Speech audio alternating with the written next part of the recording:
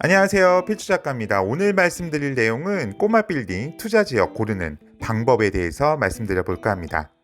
아마 이번 영상에서도 제가 실제 투자한 두 채의 건물을 가지고 말씀드릴 수 있겠네요. 아마 건물주의 꿈이 생기신 분이라면 실제 건물을 어느 지역에 투자해야 할지 고민이 되실 거예요. 오늘 영상 끝까지 보신다면 처음 건물 투자 장소를 선정하는 데 도움이 되실 것 같습니다. 우선 건물 투자 장소를 생각하신다면 크게 세 가지를 고려하셔야 합니다. 첫째, 본인이 가장 잘 아는 지역부터 살펴본다.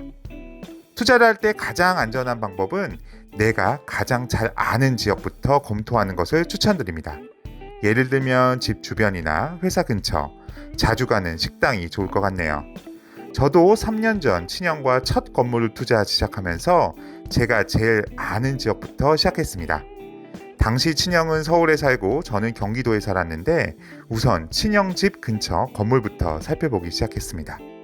주말이면 친형이 물색해 놓은 건물에 가서 건물 내부를 꼼꼼히 살펴보고 유동인구와 상권을 분석하기 시작했죠. 잘 아는 지역이었기 때문에 분석하는 데 그리 어렵지 않았습니다. 그렇게 잘 아는 지역부터 매주 몇 채의 건물들을 보기 시작하면서 저희 나름대로 소위 건물을 보는 안목이 자연스럽게 생기더라고요. 왜 이 건물을 내놓게 되었지? 이런 건물을 살 경우에는 향후에 어떻게 운영해야 할지? 상권은 어떻게 바뀔까? 향후 월세와 집가 상승은 얼마나 될런지 이렇게 잘 아는 지역부터 시작하면서 점차 좀 더 지역을 넓혀 검토하기 시작했습니다. 당시에는 고민이 많이 되었어요. 당연히 집가 상승이나 미래 가치 측면에서는 서울 강남 같은 역세권이 좋았겠지만 투자 자금이 부족했고 첫 건물이다 보니 너무 많은 대출이 부담스러웠습니다.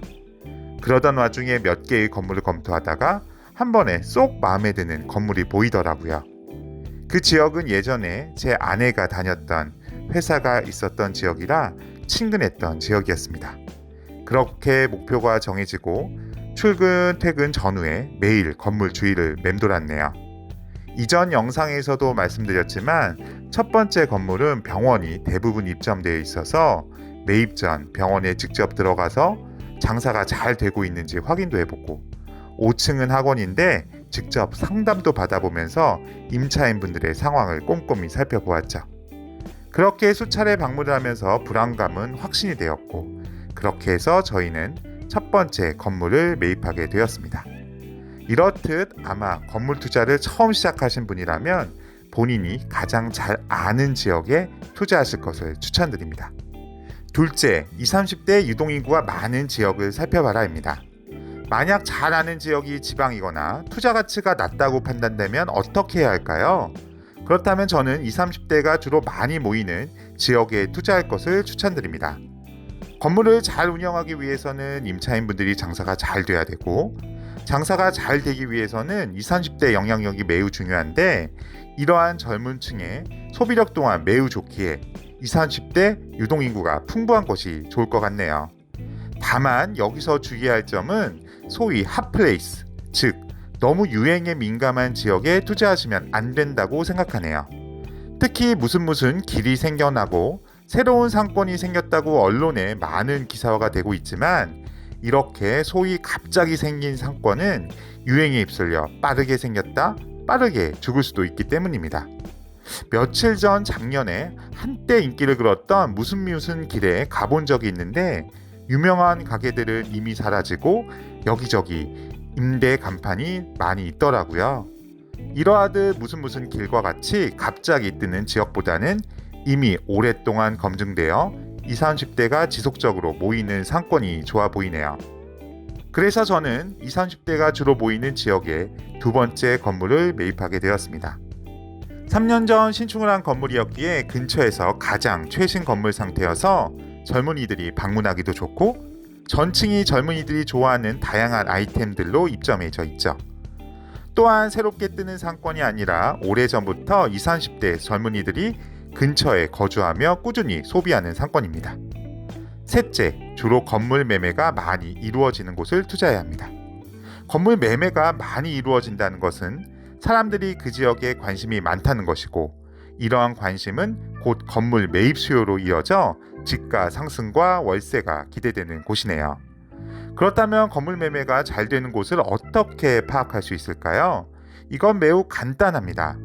제가 이전 영상에서 알려드렸던 다양한 부동산 관련 어플에서 최근 실거래가 기간을 조정해서 매입하려는 건물 주변 매매 이력을 검색하신다면 보시는 것처럼 그 지역 매매가 잘 일어나는지 아닌지 쉽게 확인하실 수 있으실 거예요. 투자하려는 건물 근처에 매매 이력이 그리 많지 않다면 그리 투자하기 매력적인 장소는 아니라고 생각이 드네요.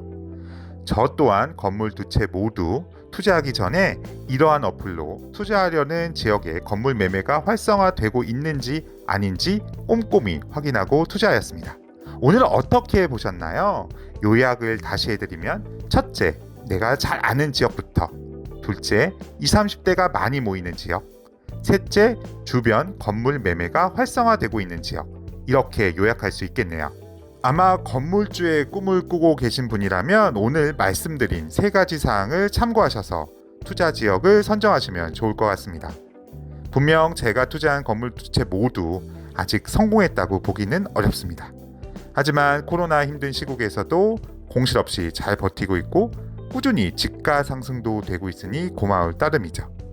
다음 영상에서는 제 두 번째 건물 실제 사례를 통해 공실 없이 새로운 임차인분과 계약했던 내용을 말씀드려 보겠습니다. 제 영상이 좋았다면 구독과 좋아요 부탁드립니다. 감사합니다.